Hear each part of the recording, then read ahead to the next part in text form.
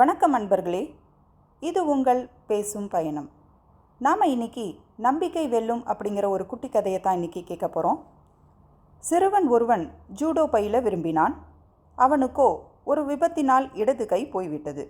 எனினும் இந்த குறையை பொருட்படுத்தாமல் குரு ஒருவர் அவனுக்கு பயிற்சி அளிக்க ஒப்புக்கொண்டார். தினமும் பயிற்சி அளித்தார் குரு. ஆனால் ஒரே ஒரு குத்து பயிற்சி மட்டும்தான் சொல்லிக் கொடுத்தார்.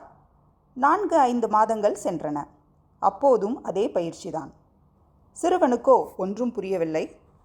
ஆனாலும் தொடர்ந்து பயிற்சி மேற்கொண்டான். ஒரு நாள் சிறுவன் குருவை கேட்டே விட்டான்.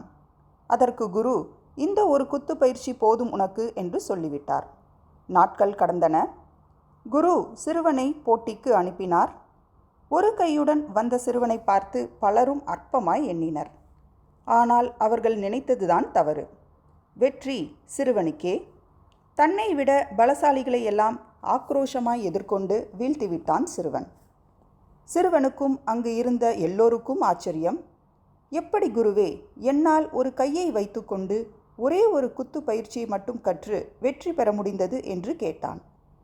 குரு சொன்னார், 2 காரணங்கள்தான். ஒன்று, நீ பயிற்சி செய்தது ஜூடோவிலேயே மிகவும் கடினமான குத்து பயிற்சி. 2, இந்த குத்தை தடுக்க வேண்டுமானால் குத்துபவனின் இடது கையை மடக்க வேண்டும். உன்னிடம் அது இல்லை. குருவிற்கு ஆத்மார்த்தமாக நன்றி சொன்னான் சிறுவன்.